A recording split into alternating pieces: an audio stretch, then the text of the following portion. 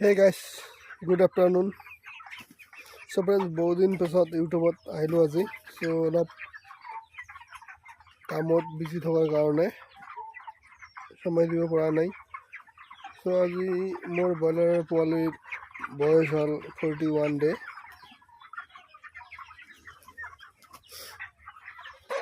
চ'